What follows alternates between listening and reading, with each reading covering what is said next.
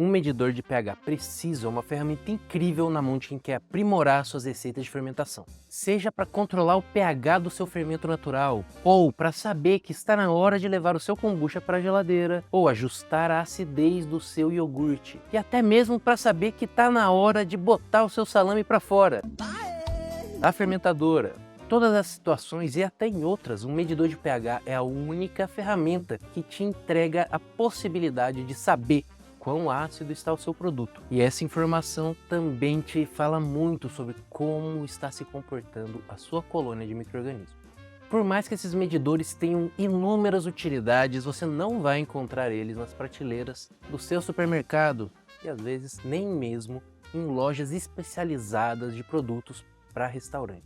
Uma pesquisa rápida no Google nos mostra diversos modelos de medidores de diferentes tipos, que podem chegar até R$2.000. Mas quanto será que nós precisamos gastar para ter uma leitura precisa do pH para conseguir direcionar os nossos experimentos gastronômicos? É isso que a gente vai ver aqui hoje. Eu comprei 5 medidores de pHs acessíveis de tecnologias diferentes para responder a pergunta: qual é o melhor medidor de pH custo-benefício para se ter em uma cozinha? Mas primeiro eu vou explicar rapidamente o que é o pH e como funciona essa medida. pH é uma escala de medição, assim como a nossa temperatura em graus Celsius, mas ela foi feita para se categorizar quantidade de íons livres de hidrogênio em uma mistura. É isso mesmo, um medidor de pH ele não mede o quanto de ácido tem ali, ele mede a quantidade de íons livres que tem. Mas por que isso? E medir os íons de hidrogênio é relevante, pois todo ácido, quando ele entra em contato com água, ele se dissocia, que é a palavra difícil para se divide, se separa em a base do ácido e um íon livre de hidrogênio. No caso de um vinagre, por exemplo. As bactérias que estão fazendo a fermentação do vinagre, eles criam ácido acético. Esse ácido acético, quando ele entra em contato com água, ele se dissocia, se divide acetato e hidrogênio. Mas diferentemente da nossa escala em graus Celsius de temperatura, a escala de medição do pH tem duas pegadinhas. A primeira ela inicia no 7. A neutralidade é no 7, que é a situação onde você não tem nenhum íon livre de hidrogênio ali. E a segunda pegadinha é que quanto mais alto for o número, menos ácido é a sua solução. Água destilada deionizada, que é neutra, está no 7. Soda cáustica, que é extremamente básica, tem o pH próximo do 14. E suco de limão, que é ácido, está lá entre 2 e 3. Então a gente começa no 7 e quanto mais baixa for a medição, mais ácido é a nossa solução. Para realizar esses testes, eu dividi os 5 medidores em 3 categorias: tinta reagente, os de ponta metálica e os medidores de ponta de vidro. As famosas fitas de medição de pH são da categoria de tinta reagente. Elas utilizam de uma tintura feita à base de líquen, esses que dá em árvore, e essa tintura troca de cor a depender do pH que a gente está inserindo ela. Se após mergulhar a fita em uma solução, ela vai ficando mais avermelhada, isso quer dizer que o nosso pH está abaixo de 7, portanto é ácido. E uma caixinha dessa com 80 fitas pode custar menos de R$10, sendo a opção mais barata de todas que a gente está testando hoje. Mas, se você está pensando em utilizar essas fitas no ambiente de cozinha, infelizmente elas não conseguem te entregar leituras muito legais, a não ser que estejam sendo usadas em soluções totalmente líquidas. Em um levain líquido, por exemplo, que é uma mistura de 1 para 1 entre água e farinha de trigo, a gente tem uma dificuldade de fazer com que o papel nos dê uma leitura. E em um levito madre, que também é um tipo de fermento natural, só que tem uma hidratação muito mais baixa, onde ele tem 50 gramas de água para cada 100 gramas de farinha, você não consegue ter nenhuma leitura. Levito madre, inclusive, que nós usamos no nosso curso de panetones, tá? Se quiser dar uma olhada em como fazer um levito madre, clica aqui. O mais próximo de uma medição que eu consegui de um levito madre foi molhando o papel e realmente fazendo com que a textura escorresse para cima do levito. Mas ainda assim, a mudança da coloração não deu clareza o bastante. A gente não consegue saber se o fermento natural, se esse levito está entre pH 3 e 5. Portanto, essas fitas de medição de pH só podem ser utilizadas em soluções 100% líquidas. E mesmo 100% líquidas, não pode se ter muita concentração de algum outro soluto. Concentrações altas de açúcar, por exemplo, vão atrapalhar na sua medição. Então, a conclusão sobre os medidores de fita de tinta reagente é melhor do que nada. Se você não tiver problema com uma leitura que te dê uma margem de erro entre +1 e -1, ele pode atender suas necessidades, mas só em soluções líquidas. A segunda categoria são os medidores de ponta metálica, tecnologia escolhida por esses dois medidores de pH feitos para jardinagem. Sim, ninguém falou que eles podem ser usados em cozinha ou que tem alguma propriedade que fizesse com que fosse útil, mas já que eles são acessíveis, eu comprei eles para ver se a gente consegue encaixar eles em algumas das situações que a gente poderia estar utilizando no ambiente gastronômico. Vai que rola, né? E eu já vou direto para a conclusão. Os medidores de jardinagem não funcionam para nenhuma das situações dentro de uma cozinha. Surpresa, né? A tecnologia deles de ponta metálica deve utilizar algum dado de transmissão de eletricidade e de medição de condutividade que faz com que eles consigam entregar essa medição em ambientes de solo. Mas, nos experimentos que eu fiz utilizando em soluções 100% líquidas, soluções sólidas ou soluções pastosas que utilizam de água e farinha, a gente não conseguiu ter nenhuma leitura, ou leituras que simplesmente estão muito longe do que se espera,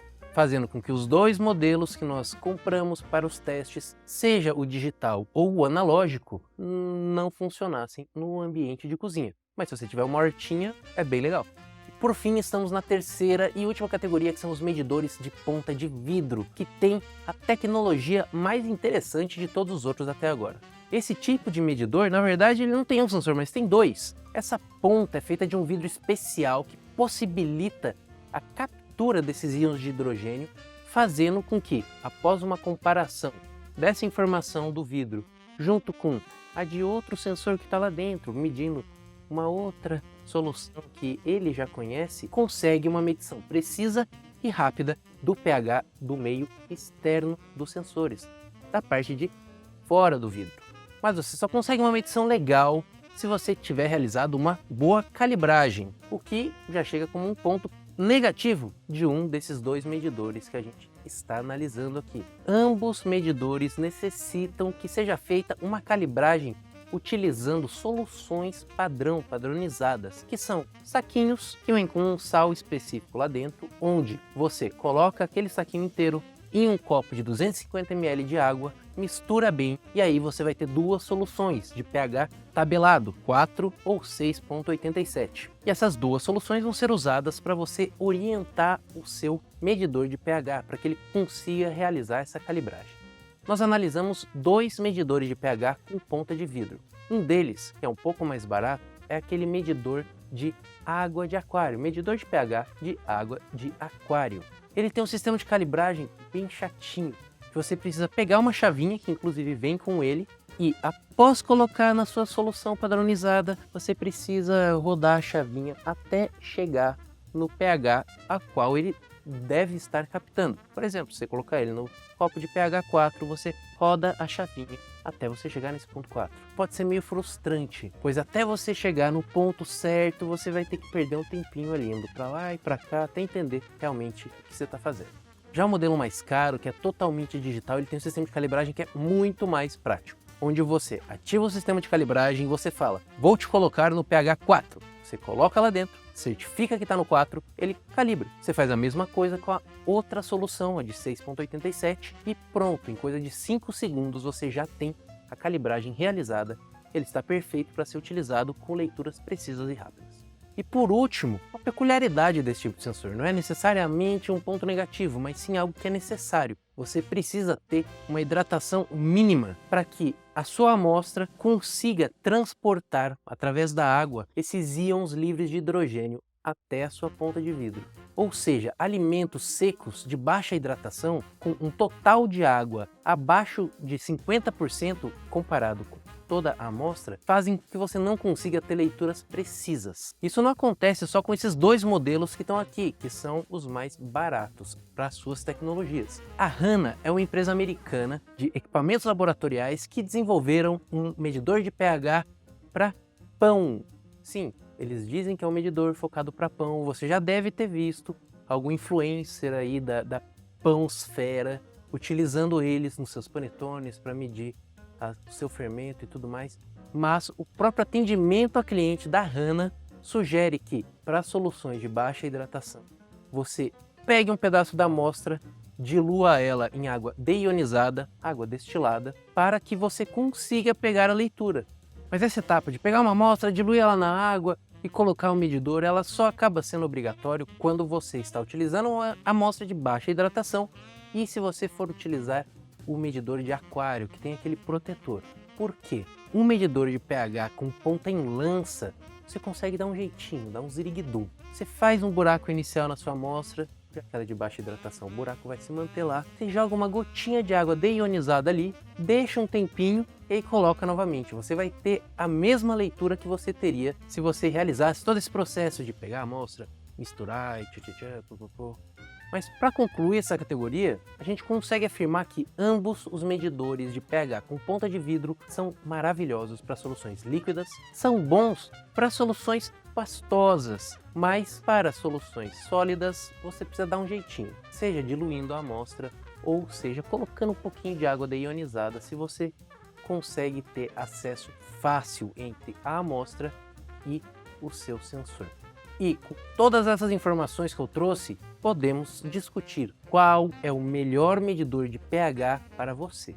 Se o seu interesse é medir o pH de soluções líquidas, como por exemplo, fazer um vinagre, fazer um kombucha, fazer um iogurte, dá para dizer, um vinho, uma cerveja que tenha lactofermentação, frutas lactofermentadas, até mesmo um levain padrão de proporção 1 de farinha para 1 de água. O medidor de pH de aquário é o melhor custo-benefício.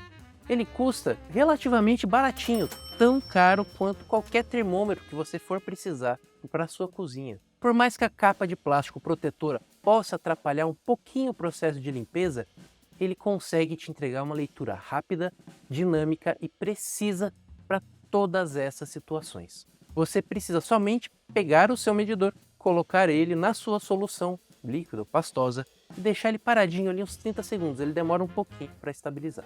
Outra opção para essas situações é o medidor de fita de tinta reagente, que ele vai te dar uma ideia, bem genérica, é uma forma de você entender se está ácido, está acidificando, né? Se está no processo, mas não vai te dar uma leitura precisa, mas pelo menos é uma forma de você ter essa leitura sem precisar experimentar, é a única coisa que eu consigo imaginar. Agora, se a sua intenção é utilizar ele para soluções mais sólidas, como queijo, charcutaria, fermentos naturais que tenham uma hidratação um pouco mais baixa, como por exemplo o Levito Madre. Se você estiver utilizando ou precisar de um medidor de pH para controlar a fermentação do seu panetone, aí o melhor custo-benefício é o medidor de pH de ponta de vidro alimentício em formato de lança. Ele tem todos os benefícios do medidor de pH de aquário, mas também consegue te entregar leituras de alimentos sólidos desde que você dê um jeitinho, bote um pouquinho de água. Se a mão for bem seca, você faz um buraquinho, pinga uma aguinha, bota um medidor e ele dá uma leitura praticamente instantânea. Raramente você vai precisar manter a sonda lá por mais de 10 segundos para ter o resultado final. E ele é mais barato do que qualquer panela nova que você estiver tentando comprar. Não, mas meu problema não é dinheiro. Eu quero comprar um medidor que seja o mais top. Existem sim opções mais caras, como por exemplo o medidor da Hanna que eu citei anteriormente. E por mais que você esteja pagando 10 vezes mais, não vai mudar muita coisa no final das contas. E eu vou te explicar o porquê. A tecnologia do medidor de pH da Hanna é a mesma tecnologia do medidor de pH chinês, que é esse que eu estou apresentando aqui para vocês como o mais interessante, o de melhor custo-benefício. E os módulos dos dois, com 99% de certeza, te garanto, são produzidos não na mesma planta, né, no mesmo lugar, mas na China, da mesma forma. A única diferença real entre esse medidor e o medidor da Hanna é processo de controle de qualidade e pós-venda, garantia. Esse daqui, ele é produzido, montado e vendido pela China. O da Hanna é produzido na China, mas é montado e distribuído pelos Estados Unidos. No final das contas, do ponto de vista técnico, de tecnologia que está sendo utilizada, é semelhante. Então é a mesma discussão entre Android e iPhone no final das contas. Você vai ter todas as funcionalidades nos dois. O que vai mudar é a aparência, é o jeitinho. o atendimento da Apple, a garantia da Apple e tudo. Vocês entenderam, não sei se... Muitíssimo obrigado por assistir o vídeo até aqui. Essa lista incrível de pessoas aqui são os membros do canal. São eles que fazem com que o Cozinha Criatura continue no mundo, produzindo conteúdo e distribuindo conhecimento. Se você quiser nos ajudar, fazer parte desses nomes incríveis aqui, é só você clicar em Seja Membro, selecionar qual tipo de membro você quer ser. Cada um deles tem diversos benefícios. Você pode ter seu nome aqui, você pode participar do nosso grupo do WhatsApp e você pode ter acesso aos cursos do Academia Criatura. São os cursos que nós estamos fazendo por um preço baixíssimo comparado com cursos semelhantes ou inferiores, onde além de você aprender muito, você também está ajudando o processo de socialização da gastronomia pelo Brasil. Outra forma de ajudar, deixa um like no vídeo, se inscreve, ativa o sininho e deixa um comentário falando do que você quer ver em uma próxima vez.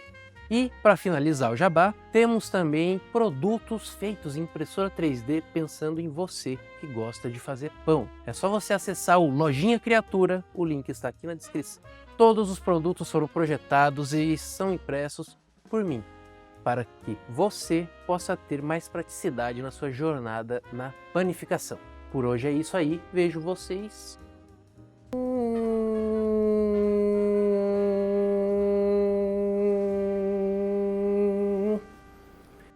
Aí você bota uma abelha passando pela tela.